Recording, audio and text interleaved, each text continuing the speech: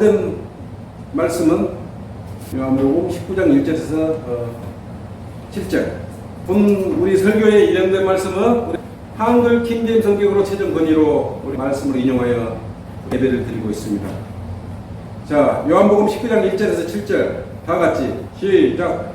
그러므로 그때 빌라도가 예수를 데려다가 채찍질을 하고 병사들은 가시로 칼을 엮어서 그의 머리에다 씌우고 자주색 겉옷을 입히며 말하기를 유대인의 왕 만세라고 하며 손으로 줄을 치더라. 그때 빌라도가 다시 나와서 그들에게 말하기를 보라, 내가 그 사람을 너희에게 데려왔노라. 이는 내가 그에게서 아무런 잘못도 찾지 못하였음을 너희로 알게 하려는 것이라고 하더라.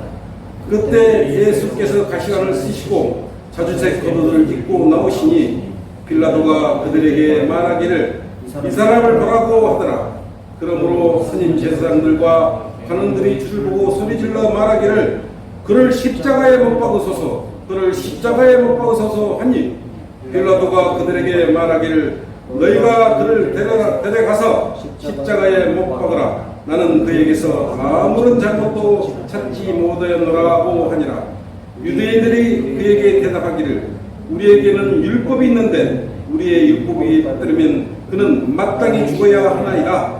이는 그가 자신을 하나님의 아들이라고 했기 때문이라 라고 하더라. 아멘. 함께 조명 놓고 기도하도록 하겠습니다.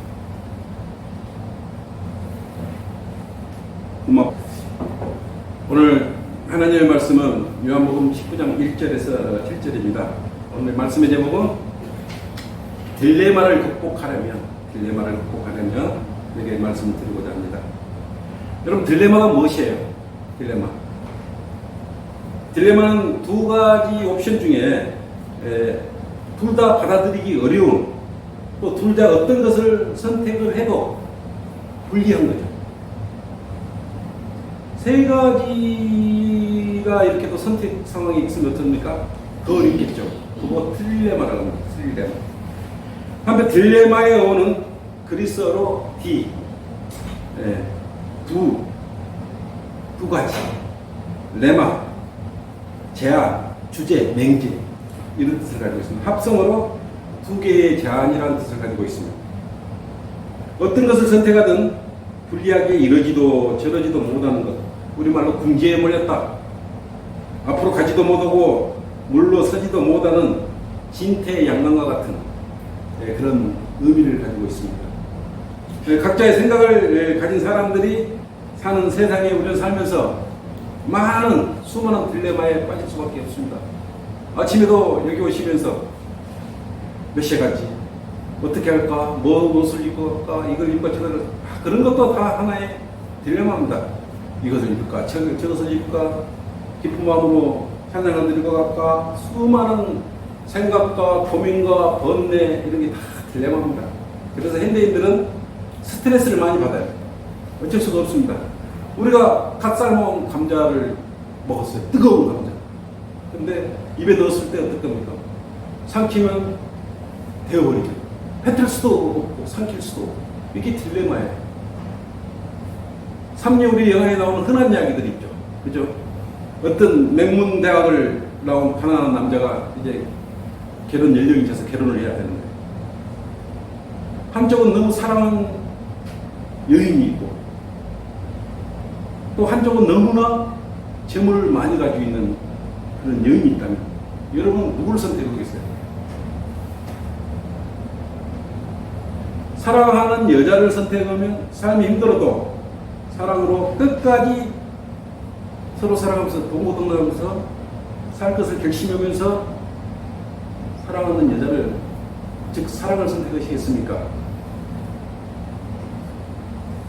아니면 사랑은 보니까 한 2, 3년 후면 눈꺼풀이 꺾여지고 없어지더라. 돈이 최고더라. 그래서 돈을 많이 가진 여자를, 사랑을 버리고 선택하시게 됩니다. 물론 우리 그리스도인들은 최고의 선택은 뭡니까? 같은 믿음 한 뿌리 뭡니까? 그리스도인을 100% 만이라면 최고로 여깁니다. 그 이상 그래서 우리 성경침례교회의 형제 자매들은 교회에서 많이 만나고 거기서 우리가 또 결혼식을 많이 대피를 만나서 결혼식을 하죠. 최고의 선택을 한 겁니다.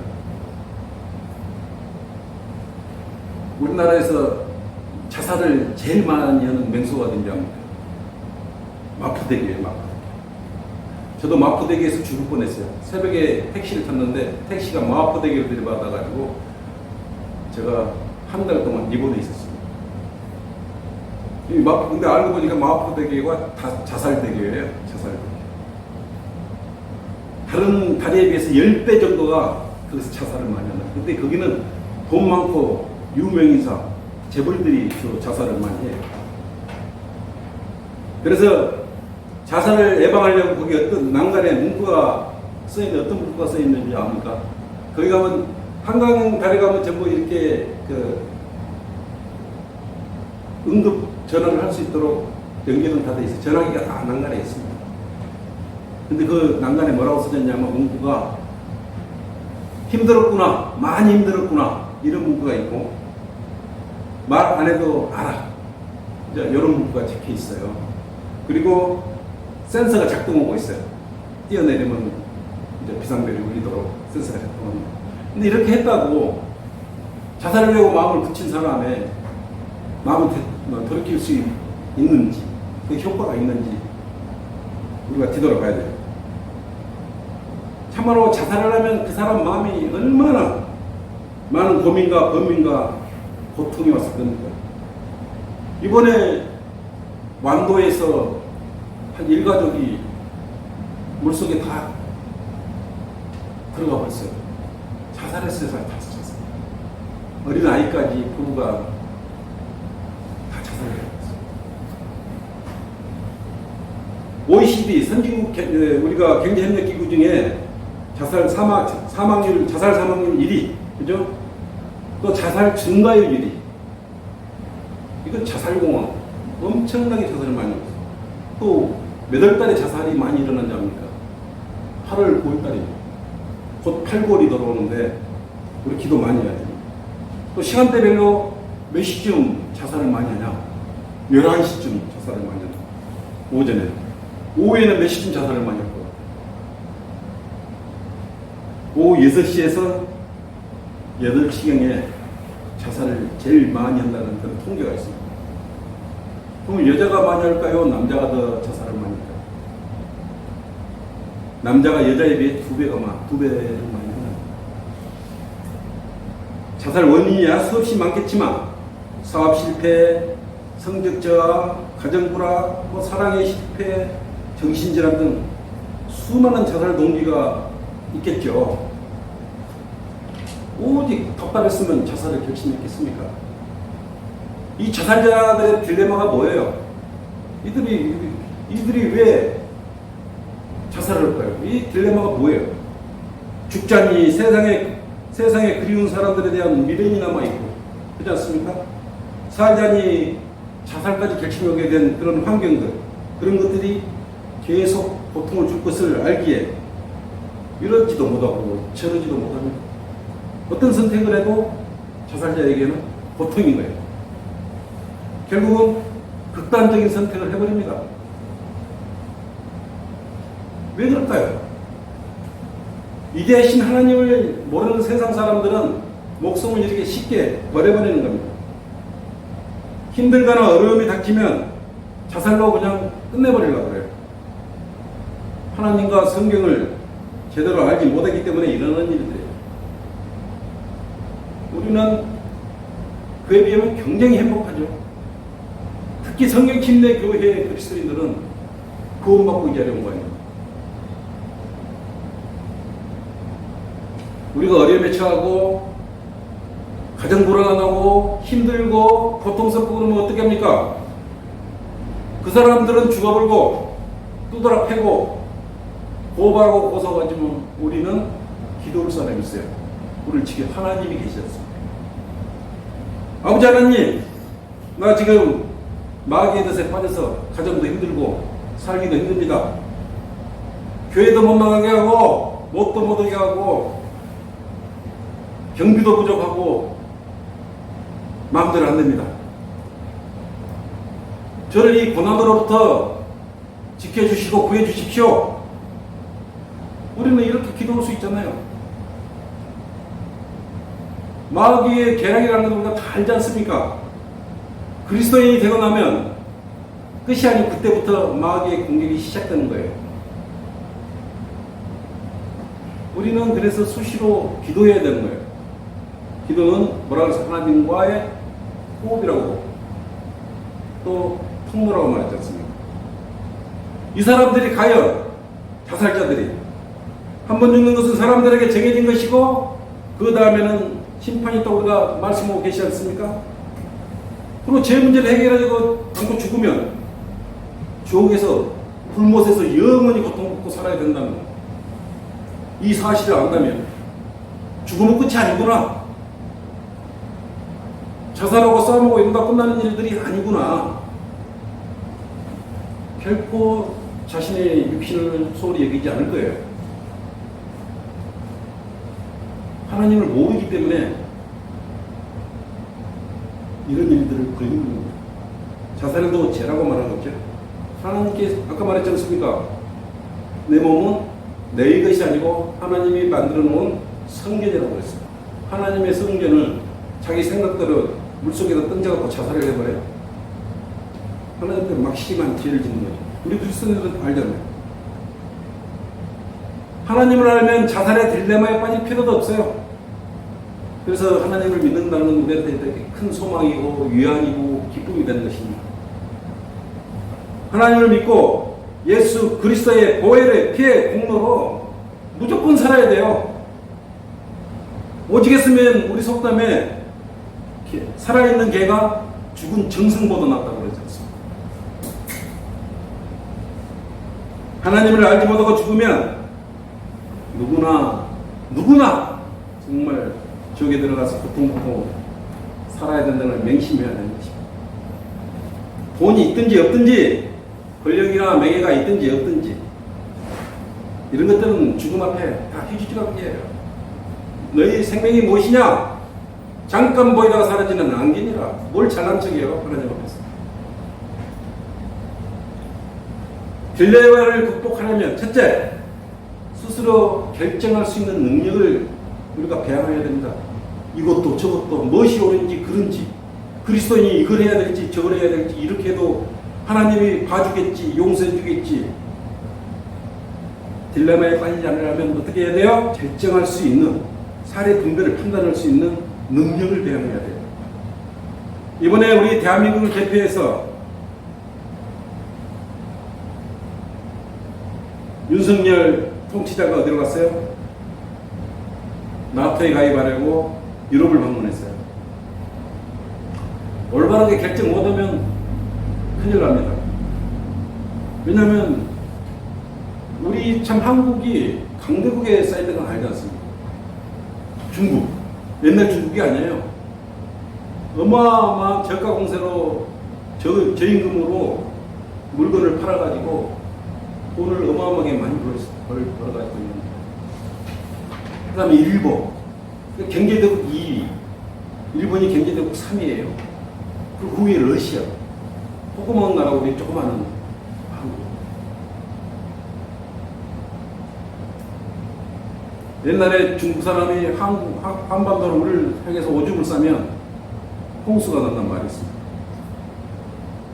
근데 중국이 나토 가입을 지금 철도체 일명에 극구 반대하고 있죠.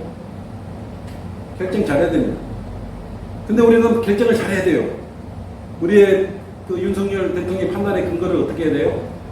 미국이 우리의 혈맹이에요. 6.25 전쟁 국가적 재앙이 있을 때 피를 흘리면서 와서 도와준 나라예요. 그래서 지금 뭡니까? 우리가 경제대국이니 뭐 국방수니 뭐 5인이 6인이 군사력 6인이 제법 지금 경제적으로 살만한 나라가 됐습니다. 만약에 중국과 러시아와 손을 잡으면 공산주의자들은 어떻습니까? 거짓말쟁이에요. 이번에 우크라이나 침공한다고 그랬습니까? 윤석열 정부는 이것을 근본적으로 생각하고 어때요? 나토 가입에 따른 딜레마를 극복해야 합니다. 한국은 헬명이 한미 동맹이기에 미국의 요구를 또 거절할 수도 없어요. 그러나 현실적으로 무역은 25%에서 30%가 중국과 지금 무역을 하고 있습니다. 미국은 어때요? 헬명이지만 경제적으로 보면 10% 정도 무역을 하고 있습니다. 그래서 경제적으로 보면 경제 상황적으로 보자면 이러지도 못하고 저러지도 못하고 고민이 되는 것입니다. 정말 이번에 가셔갖고 잘 판단해가지고 국익을 이렇게 준수해서 우리 대한민국이 잘 사는 나라가 끝까지 유지되고 성경대로만 믿는 그리스도인들이 많이 나왔으면 좋겠습니다. 본장에 나오는 빌라도는 로마에서 파견된 점령군으로서 이스라엘을 다스리는 총독이에요. 근데 그는 뭡니까? 제적 로마를 얻은 굉장한 힘을 가지고 있죠. 말 한마디면 모든 것을 결정 지을 수 있는 또 권한도 가지고 있어요. 그 사람은 그 자리에서 옳고 그름을 판별하고 지평할 수 있는 최고의 권력자, 그런 위치에 있는 사람입니다. 그러나 본문에 나오는 빌라도는 어때요? 무척 우유부단합니다. 본문 4절처럼 그때 빌라도가 다시 나와서 그들에게 말하기를 보라, 내가 그 사람을 너희에게 데려왔노라. 이는 내가 그에게서 아무런 잘못도 찾지 못했음을 너희로 알게 하려는 것이다. 이 바보잖아요. 판결자인 빌라도 본인도 예수께서 죄도 없고 잘못도 없다는 것을 이미 인정하고 있잖아요. 근데 인정했으면 그걸로 끝내야죠. 네? 지금 죄가 없다. 그리고 당장 풀어줘야 되잖아요. 왜 공표하려고 되는 거예요? 그러면 왜 이렇게 알리게 했을까요? 무엇이 그를 딜레마에 빠지게 한 거예요, 빌라도를? 예수님을 석방하면 어떤 일이 벌어질 거예요? 그를 고발한 유대인의 폭동이 일어날 것을 생각한 거예요. 예측한 거예요. 그것이 와서 죄가 없습니다. 이렇게 보여주는 거예요, 지금. 당신들이 고발한 이 예수를 조사해보니까 죄가 없는 것 같아요. 거꾸로 최고 권력자가, 판결자가 지금 거꾸로 물어보고 있는 거예요. 겁먹어 버린 거예요.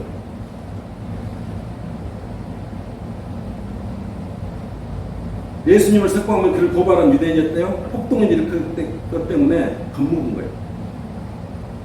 폭동이 일어나면 로마에 알려하고 지원병을 요청해가고 잘못 관리하면 실직할 것을 또 우려를 한 것이죠. 또 귀찮기도 하고 번거롭기도 하고 그렇기도 여러 가지 요인이 있기 때문에 딜레마에 빠진 것입니다. 다시 말하면 자신이 생각한 소신대로 하지 못하고 유대인 및 관원과 제사장인 사람들의 눈을 의식한 결과예요. 사람들의 마음과 눈을 의식하면 어떤다고 그랬어요? 잠언 29장 25절에 뭐라고 말씀하고 있습니까? 사람을 두려우면 어때요? 덫에 걸린다 그랬죠? 사람을 두려우면 덫에 걸리나 주를 신뢰하는 자는 누구나 안전하다. 지금 뭡니까?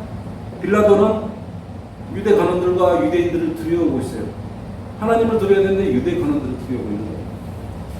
예수 그리스도께서 잘못을 못 찾은 빌라도는 예수 그리스도를 어떻게 즉시 석방해야 되겠죠. 19장 4절 6절 뭐라고 해요? 그때 빌라도가 다시 나와서 그들에게 말하기를 보라, 내가 그 사람을 너희에게 데려왔노라. 이는 내가 그에게서 아무런 잘못도 찾지 못했음을 너희로 알게 합니다. 잘못을 찾아냈을 것이지. 그 다음에 그 뭡니까? 6절 한번 봐요. 그러므로 선임 제사장들과 관원들이 주를 보고 소리질러 말하기를 뭐라 그래요? 그를 죄없다 그러는데 그를 십자가에 못 박으소서, 그를 십자가에 못 박으소서 하니 빌라도가 그들에게 말하기를 너희가 그를 데려다가 십자가에 못 박아. 바보 같은 일을 하고 있는 거예요. 네? 죄 없는 사람, 지가 거기서 결정을 해야죠. 빌라도 스스로가 결정을 해야죠. 사람들로 인하여 무슨 일이 일어나면 사람을 찾지 말고 우리는 어떻게 해요? 바로 하나님을 찾고 기도를 해야 되죠. 네? 그리고 우리 역시 사람들을 만나 복음을 전할 때 망설임 없이 즉시 전해야 합니다. 그래야 제사함이 즉시 일어나는 거예요. 빌라도 같이 딛고 와서 죄 없다는 거 인정하고 판결을 해버려야죠. 네? 판결을 안 하고 우물쭈물하다 보니까 이러도 못하고 저러도 못하고 딜레마에 빠져버린 거 아니겠어요? 우리도 복음 전할 때 즉시 전해야 돼, 즉시. 당신은 죄인이요. 망설일 필요 없이. 근데 딱 보니까 저 사람이 무섭게 생겼어. 안 받을 것 같아. 미리 짐작을 해버려. 저 사람 전도지 안 받고 저기 산적같이 생긴 사람이 전도지 받겠어? 일부러 눈길 저리 피해갖고 안 주고. 그러면 안 된다 이거예요. 즉시. 거침없이. 뭐라고 하서 하나님 말씀입니다. 우리 전도지 끌지 않습니까? 또 예수님이 꼭 구원 받으십시오. 우리 바로 그렇게 했잖아요. 예수님 구원 받고 지옥 가지 마세요. 우리가 이런 전도지들 때 마음속으로 저 사람 구원 받았으면 좋겠다. 하나님 저 사람 구원 받게 해주십시오. 이런 마음속의 심정들을 다 가지고 전도지를 나눠주잖아요. 그죠? 그래서 즉시 전하는 거잖아요. 근데 우리가 딱 나누다 보면 그렇게 항상 굽고 변장하고 안 받을 것 같은 사람들이 의외로 잘 받아요. 우리는 주님만 의지하고 복음을 전하면 그냥 되는 거예요. 빌라도처럼 이것저것 다 따져보고 지금 죄가 없다고 인정도 했으면서 뭡니까? 유대인들한테 알리니까 유대인들 뭐라고 그래요? 십자가에 못 박았어서 십자가에 못 박았어서. 우리는 나가면 보면 당신 죄인이야. 바로 전도지 받아요. 구원 받아요. 구원 받으면 지옥 간 겁니다. 즉시 우리는 판결을 쏟지 않습니다. 우리의 특권 아닙니까? 구원 받은 성경대로 믿는 사람 거리 성경에 나가서 누리는 특권이 뭐예요? 전도지 나가고 딱 저는 순간 죄인한테 따가 당신 구원 안 받으면 지옥 가. 빨리 받아. 전도지 받으세요. 이런 특권이 있는 거예요. 우물쭈를 시간이 없어요. 빌라도처럼 이런저런 생각을 하게 되면 어때요? 망설이게 되면 그 사람은 떠나버려요. 그 사람은 다시 복음을 전하는 사람을 만나야 되는데 성경대로 믿는 올바른 복음을 전하는 전도지를 전하는 사람을 언제 어느 시점에 또 만날까요? 그 사람이 오늘 나의 전도지를 안 받고 지나가다가 아팠어. 죽었어. 그 사람은 어떻게 돼? 지옥 가는 거예요. 불쌍하지 않습니까? 만날 때 즉시.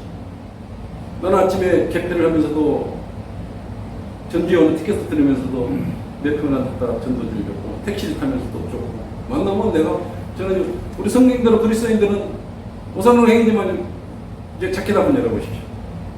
자켓 열어보십시오. 있지 않습니까 저렇게. 우리 누구나 우리 목사님도 그랬고 우리 성경대로 믿는 사람은 이게 뭡니까? 언제든지 바로 줄 수 있는 무기죠. 성령의 칼입니다. 칼.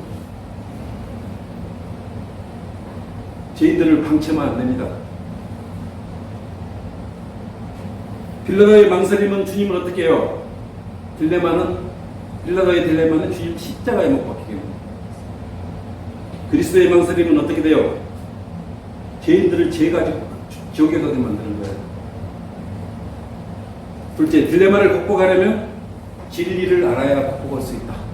진리를 알아야 극복할 수 있다.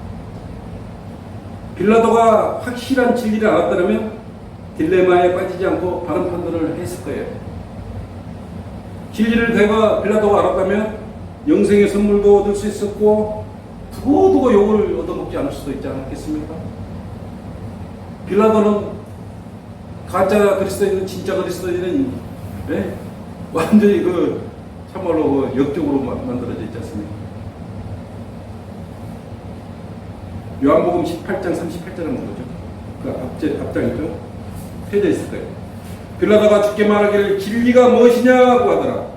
이 말을 한 후에 그가 다시 유대인들에게 나와서 말하기를 나는 이 사람에게서 아무런 잘못도 찾지 못하였노라. 빌라도가 말했잖아요.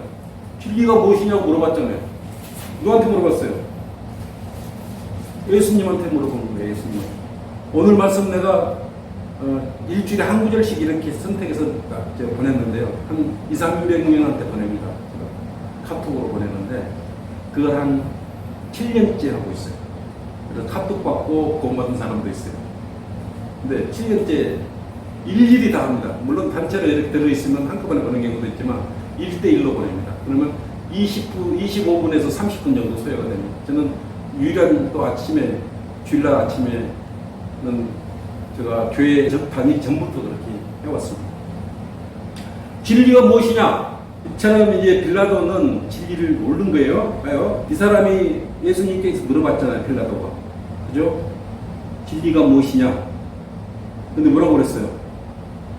이 말을 한 후에 유대인들의 답도 안 듣고 나와버려서 뭐라고 그래요? 나는 이 사람에게 아무런 잘못도 찾지 못했다고 말합니다. 분명히 빌라도가 뭐라고 했어요? 예수님께 진리가 무엇이냐고 물었잖아요.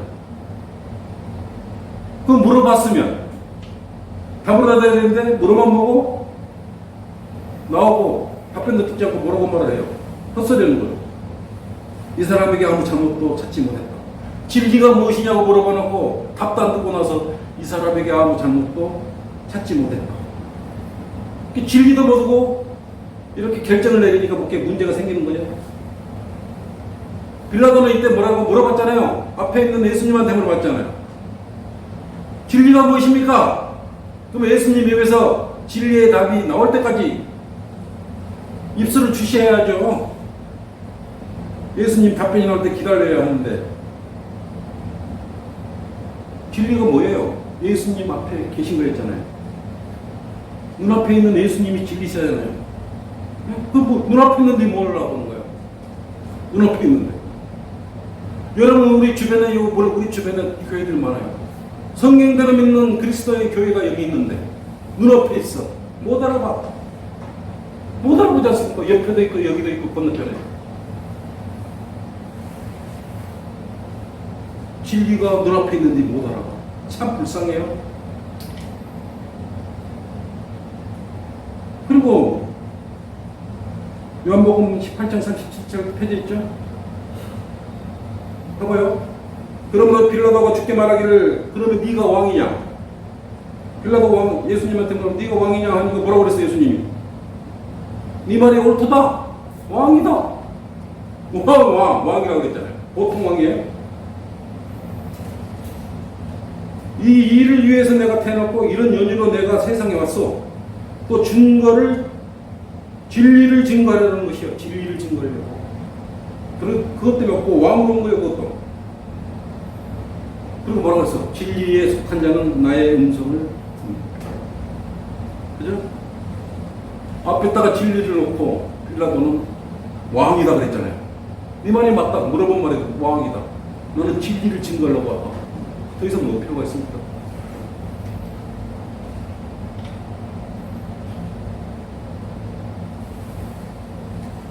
이 빌라도가 진리를 알았다면 우주를 창조하신 하나님의 아들을 채찍질을 하거나 자주색 옷을 입히고 가시관을 머리에 씌고 병사들이 어떻게 줄을 손으로 치게 만들었잖아요. 이렇게 하지도 않았을 것이고 또 어때요? 가감하게 결단을 낼 수 있는 찬스를 놓쳐버린 거예요. 가장 딜레마를 극복할 수 있는 좋은 방법을 눈앞에 두고 놓쳐버린 거예요. 눈앞에. 진리는 예수 그리스도다. 요한복음 14장에 나는 길이요 진리요 생명이 길이다 그랬잖아요. 길. 진리가 너희를 자유롭게 하리라. 진리가 눈앞에 있는 거예요. 진리를 알았으면 판결도 시원하게 내렸겠죠. 단번에 결정을 내려버렸겠죠. 여러분들은 일 마치고 집에 들어가면 성경을 몇 번이나 보십니까? 그리고 근성근성 책장만 넘기다가 일독했다고 나오십니까? 아니면 진리를 알려고 밤낮 없이 성경을 펼쳐보고 또 펼쳐보고 보고 있습니까? 교회 올 때만 책장을 성경책에 꺼내 들고 나오시는 것입니다. 유심히 여러분 손에 들고 있는 말씀이 무엇인지 살펴보십시오. 한글 킹제임스 성경이라면 다른 교리와 진리가 가득 들어 있습니다. 이걸 놓쳐버리면 어떻게 돼요?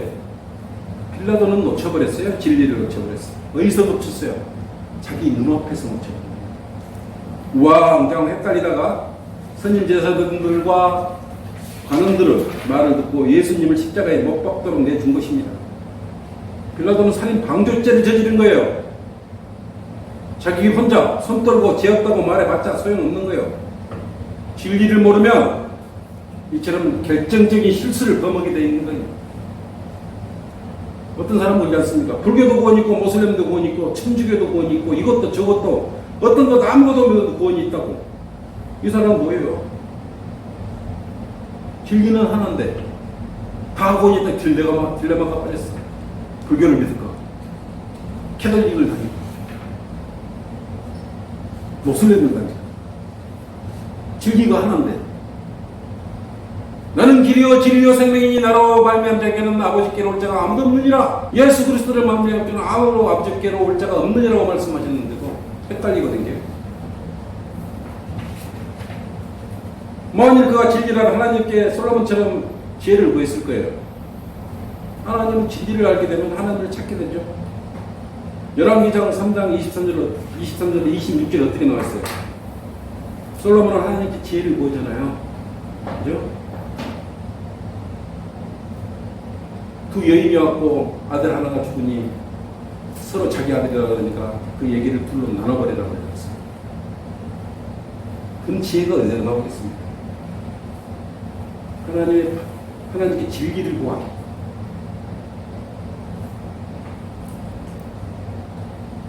솔로몬은 하나님께 구했기 때문에 명철한 진리의 말씀입니다. 그러면 자기가 빌라도도 하나님을 알고 진리를 알았습니다. 그가 방금 어떻게 해요? 왕이 없다는 걸 스스로 알고 지저대고 다 했잖아요. 그러면 유대인들한테 뭐라고 말을 해야 돼요? 십자가에 못 박아서도 이렇게 되면 어떻게 해야 돼요? 거꾸로 큰 소리로 말을 해야죠. 야, 이 유대인 바보들아! 예수는 너희를 구하라고 온 너희의 진짜 구원주고 왕이야. 너희 앞에 계신 분이 진리시고 예수님이라고 누구도 살리라고 오신 분이라고. 지금 모두 제정신들이냐고. 정신 차리라고. 빨리 그 사람 앞에 무릎 꿇고 복종하라고. 초기에 이렇게 말을 해야죠. 진리를 몰랐기 때문에 눈앞에 두고 놓쳐버린 거예요. 여러분 헷갈리면 안 됩니다.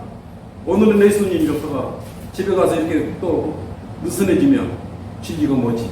헷갈리지 마시고. 그리고 뭐라고 또 있었잖아요. 이건 반란죄예요. 왕을 음해하라는 너희들 모두 요 예수님을 대신해서 너희를 뭡니까? 감옥에 보내고 아니면 니들 전부 십자가에 매달리고 거꾸로 그렇게 말해야죠.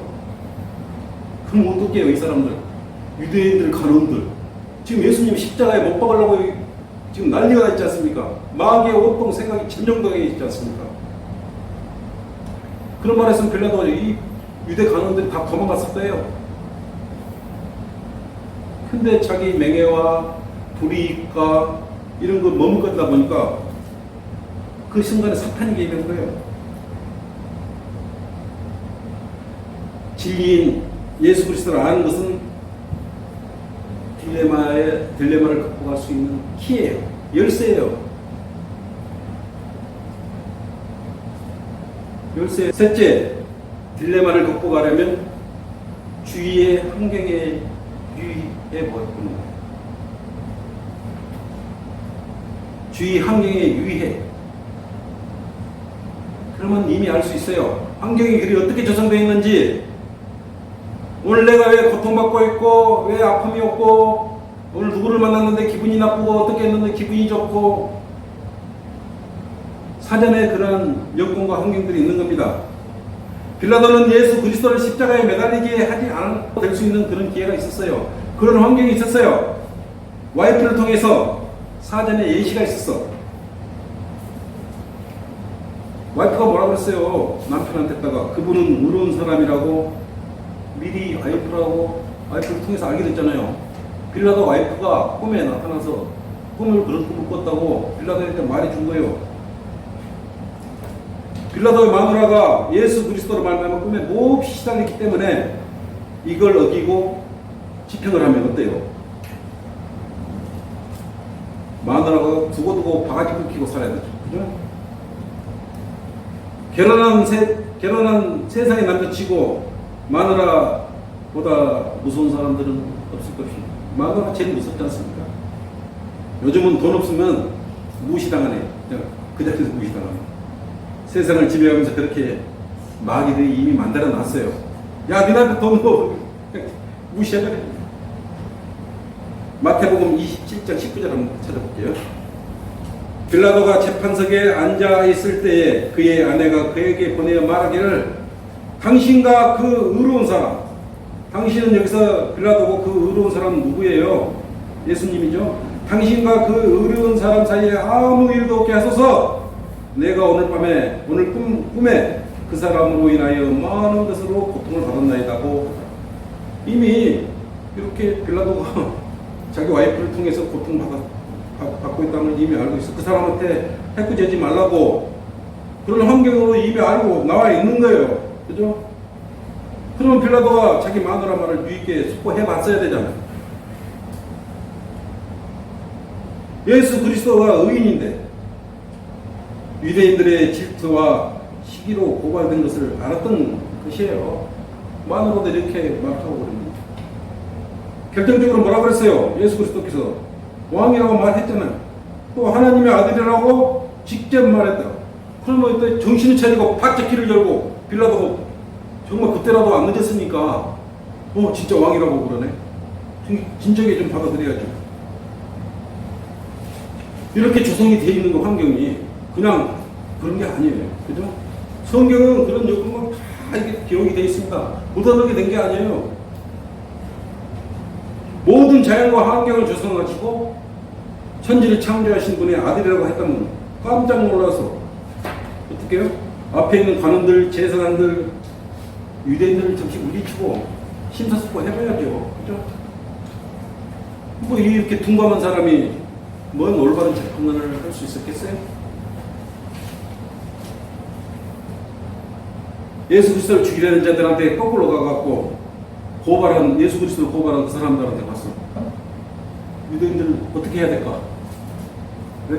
저 어떻게 해야 돼? 내가 보기에는 죄가 없는데 어떻게 해야 될까? 거꾸로 물어봐. 이 진리를 모르면 무식해져 버려요. 무식해져. 자기가 무식해져 버리고. 그러니까 아무리 교회 다니고 큰 소리 쳐봤자 진짜 성경을 모르고 올바른 언어를 모르고 진짜 무식한 거예요. 그죠? 예수님을 모르면 무식한 게 되는 거예요. 여러분 구원받을 때 구원을 받을까 말까 망설이고 나 구원 받을까요? 물어보고 구원 받은 사람이 있어요? 오늘 구원 받아도 돼요? 그렇게 해서 구원 받은 사람이 있어요? 본인이 그 자리에서 그때 직접 결정해야 되는 거 아니에요? 예수님 믿고 구원 받는다 고백하면 되는 거 아니에요? 자기가 고백하면 돼요. 근데 빌라도는 어떻게 해요? 스스로 이러지도 저러지도 못하고 네? 결정을 못해. 유대인 간원들 눈치 보니라. 근데 보니까 예수님은 이제 왕이라고 그랬었고 이게 보통 심각한 게 마누라는 꿈자리가 든든하다고 제대로 안 그러면 평생 바가지 고 산다고 그랬었지. 보통 심각한 문제가 아니에요. 그러니까 빌라도가 어떻게 해요? 물어본 게 뭐라 그래요? 뻔은요. 십자가에 못 박으소서. 십자가에 못 박으소서. 뭐하게 물어봐. 뻔은 십자가에 못 박으소서. 이미 고발한 사람들은. 마태복음 27장 20절 합니다. 20절 21절. 그러나 선임 제사장들과 장로들이 무리를 설득하여 바라바를 원하고 예수를 죽게 하네. 바라바 죄인을 죽게 하고 죄인을 살리게 하고 예수님을 죽이게 하라고 해. 예수를 죽이라고 해. 총독이 빌라도죠. 그들에게 대답하여 말하기를 그 둘 중에 내가 누구를 놓아주기를 원하느냐고 하니 그들이 말하기를 이 말도 안 되는 소리를 하고 있잖아요. 이자는 빌라도는 쪼다예요. 쪼다. 유대인 편들도 들 수 없고 예수 그리스도를 놓아줄 수도 없고 정말 질퍽한 환경을 만들어버리는 겁니다. 그러니까 대대들어 세세토록 요구를 얻어먹는 거예요. 진리를 모르면 우리도 진리를 모르면 벌레예요. 벌레. 그나마 우리가 위대하신 하나님을 찬양할 수 있고 찬송 들을 수 있는 건 예수 그리스도께서 십자가에 피 흘려 죽으시고 우리를 구원해 주셨잖아요. 이거는 불변한 진리잖아요. 그것 때문에 우리가 하나님 아들도 되고 구원받았지 않습니까? 거리 설교하다가 이상한 소리를 듣는 거꾸로 설득을 당해버립니까? 하나님께 많은 혼들을 불행해달라고 하나님께 의지하지 않고 기도하지도 않고 거리 설교 나갑니까? 누가 거리 설교 있는데 욕 보고 흉 보고 그러면 아이고 내가 이거 왜 해야 되지? 빨리 시간 끝났으면 좋겠다. 이런 생각 안 하고 있어요? 그죠? 그리고 마음이 흔들리고 아이고 이러도 못하고 저러도 못하고 그냥 딜레마에 빠져버려요. 아이고 빨리 시간 좀 갔으면 좋겠다. 사람도 정신 바짝 차려야 됩니다. 하나님께 우리를 사랑하셔서 독생자 예수 그리스도를 십자가에 피되어 죽게 하여 죄들을 용서하신 것, 영원한 고통의 장소 지옥에서 울부짖고 살아야 하는데 지옥으로부터 생명까지 던지시고 구해주신 사실을 사무치도록 우리 마음속에 사무치도록 감사한 마음으로 늘 감사한 마음으로 살아야 돼요. 어떤 거하고 비교할 수가 없어요. 누가 나를 위해서 십자가에 피를 죽을 수 있어요? 그것도 내 죄 때문에 피를 죽게 해줄 수가 있어요. 그렇게 감사한 사람이어야 되겠어요. 그런 감사한 사람으로 여러분들이 새로운 생명을 다 얻는 거고 영원한 생명을 얻는 거고 독특한 백성이 된 거 아니에요? 판단을 빨리빨리 해야죠. 판단을 믿으니까 이제 어떻게 돼요? 빌라도는 이제 허둥지둥 난리가 나는 겁니다. 안절부절해요. 막상 예수님을 어때요? 유대인들이 십자가에 처형하라고 하는데 그 처형의 이유가 그들이 뭐라 그래요? 입에서 예수님이 하나님의 아들이라고 말을 하자 이제 왜 처형하라 그러냐? 예수님이 하나님의 아들이라고 했다. 그게 처형해라. 이게 빌라도가 듣기는 진짜 하나님의 아들인가 보다. 근데 내가 하나님 아들 죽여? 이제 고민하기 시작한 거예요. 이제 그죠? 또 마누라도 오늘 예수님을 의인을 통해서 잘못 침판하게 되면 너 평생 바가지 입고 살 거니까 그렇게 알고 있어. 이미 하긴 그렇게 나왔잖아요. 고민해본 거예요. 이제 고민하는 거 진지하게 고민하는 진지하게. 이제 발을 둥둥 거리고 이제 거꾸로 튀어요. 예수님을 놓아주려고 이제 바라 그러는 거예요. 예수님을 놓아주려고. 요한복음 19장 7절. 유대인들이 그에게 대답하기를 우리에게는 율법이 있는데 우리의 율법을 따르면 그는 마땅히 죽어야 하나이다. 이는 그가 자신은 어때요? 하나님의 아들이라고 했기 때문이다. 하나님의 아들이라고 했기 때문에 이제 이 사람 놀란 거예요. 이제 놓아주려고 참말로 바보 같은 사람이에요. 그죠? 이제 직감적으로 아 진짜 이 사람이 나 앞에 계신 이분이 이제 진짜 하나님의 아들이야. 이제 두려움이 오겠죠. 떨리겠죠. 무섭겠죠. 그러니까 또 어떻게든 이제 놓아주려고 날려는 거예요. 요한복음 우리가 지금 19장 8절 12절 한번 볼까요? 그러므로 빌라도가 이 말을 듣고 나서 더욱 두려워하여 다시 재판정 안으로 들어서 예수께 말하기를 내가 어디서 왔느냐? 이제 진짜가 거짓말인가 다시 한번 더 윽박지르는 거예요. 진짜가 아니기를 바라면서 예수께서 그에게 아무 대꾸도 아니 하시더라. 그때 빌라도가 주께 말하기를 내가 나에게 말하지 않느냐?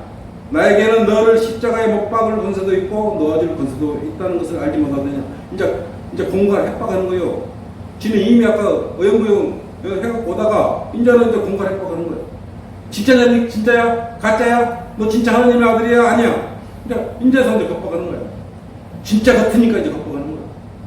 예수께서 대답하기를 위에서 내게 주신 것이 아니라면 너는 나를 대적할 아무런 것도 갖지 못할 것이니라. 그러므로 나를 너에게 넘겨준 자는 더 큰 죄를 지은 것이라. 이렇게 뭐라고 그래요? 이제 이때부터 빌라도는 주를 놓아주려고 애를 쓰나 이제 애를 쓰죠. 발을 둥덩거리고 진짜 하나님의 아들이네. 이거 큰일 났네. 당신이 이 사람을 놓아주면 당신은 카이사가 친구가 아닙니다. 자신을 왕이라고 하는 자는 누구나 카이사를 대적하여 말하는 것이죠. 이제 어떻게 해요? 예수님은 이제 십자가에 못 박으라 빌립보 마음이 흔들릴 것 같으니까 당신은 예수님 놓아주거나 예수님 편들면 카이사의 역적이 된다. 예? 이렇게 말해요. 꽥꽥 찌르죠. 손을 꽥꽥 찌르. 그는 결국 두 사람을 두려워하여 주님을 돌로 된 포장길에 있는 재판석에 앉히게 되죠. 죄인들이 죄 없는 창조주 하나님을 겁도 없이 심판석에 앉힌 거예요. 지금. 이 사람들이 무사하겠어요? 이처럼 빌라도는 판단할 수 있는 근거를 다 묻혀버립니다. 우왕좌왕하다가. 그냥 사람들 눈치만 보는 거예요. 유대인들 눈치를 언덕 높이는 눈치, 진리를 알았으면 이런 일이 없잖아요. 진리를 알지 못하는 빌라도는 허무한 권력만 가지고 있었지 지금 뭘 할 수 있는 거예요? 네? 허세이죠. 허세하고 전라도 말로 허세이죠. 이러도 못하고 저러도 못하고 결정을 못합니다. 빌라도는 그럼에도 자신이 죄가 없다고 할 뿐, 지 죄가 없대. 어떠한 조치도 취하지 않았습니다. 진리이신 예수 그리스도를 모르면 이처럼 뭡니까? 대혼돈의 인생을 사는 거예요. 여러분 정말 축복받고 감사한 사람이에요. 뭔 일만 있으면 기도하면 되잖아요. 하나님한테 과자질할 수도 있잖아요. 하나님 이 사람 이렇게 했는데 다 이야기할 수 있잖아요. 축복이죠. 빌라도는 그런 진리를 놓쳐버린 거예요.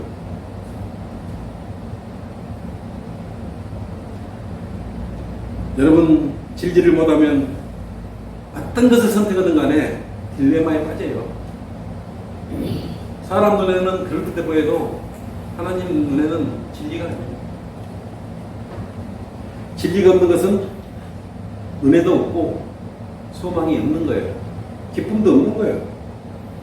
그래서 진리를 모르는 사람들은 불쌍한 사람들, 예수님을 모르는 사람은 불쌍한 사람들, 죄 짓고 사는 사람은 불쌍한 사람이에요. 이런 정도는 용서해주지. 죄는 조그마한 걸 용서해주면 그 큰 것도 없습니다. 화를 내래 죄를 짓지 말고 저녁까지 분노를 빚지 말고 화를 내지 말라고는 하지 않습니다. 결론입니다. 빌라도는 큰 권세를 지녔고 사람들에게 명하여 십자가에 못 박을 권세도 있었고 놓아줄 권세도 있었죠. 그러면 뭐가 문제였습니까?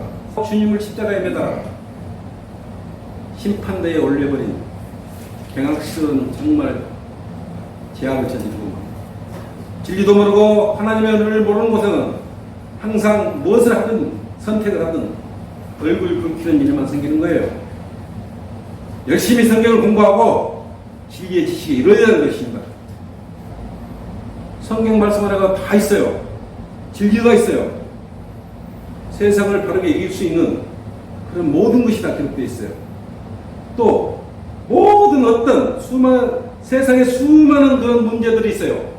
우리에게 딜레마로 다가오는 문제들 해결할 수 있는 열쇠가 어디가 있어요? 이 성경 안에 다 있다는 겁니다. 이 키가 여기가 다 있어요. 해결의 키가 이 성경 안에가 있어요. 바른 판단은 진리로만 할 수 있는 거예요. 어떤 모습으로도 적대가 될 수 없습니다. 그리스도의 한 우물에서 단물과 선물이 나올 수가 없는 거 아니겠어요? 야고보서 3장 11절에 샘이 같은 곳에서 단물과 선물을 낼 수 있느냐? 그리스도인의 마음과 생각과 입에서 이것도 좋고 저것도 좋고 이래도 좋고 저래도 좋고 나올 수가 있는 것입니까? 저 깊은 곳에서 울려지는 신선한 생명수로 딜레마의 혼란을 진리로서 깨끗하게 씻어버리기를 바랍니다. 그리스도인으로서 은혜 복음을 전하는 딜레마를 이기는 진께림을 알아야 하는 것입니다. 주의 푯대를 주님께로만 하고 눈의 푯대를 주님께로만 향하고 복음을 전하는 것으로 항시 공행해야 하는 것입니다.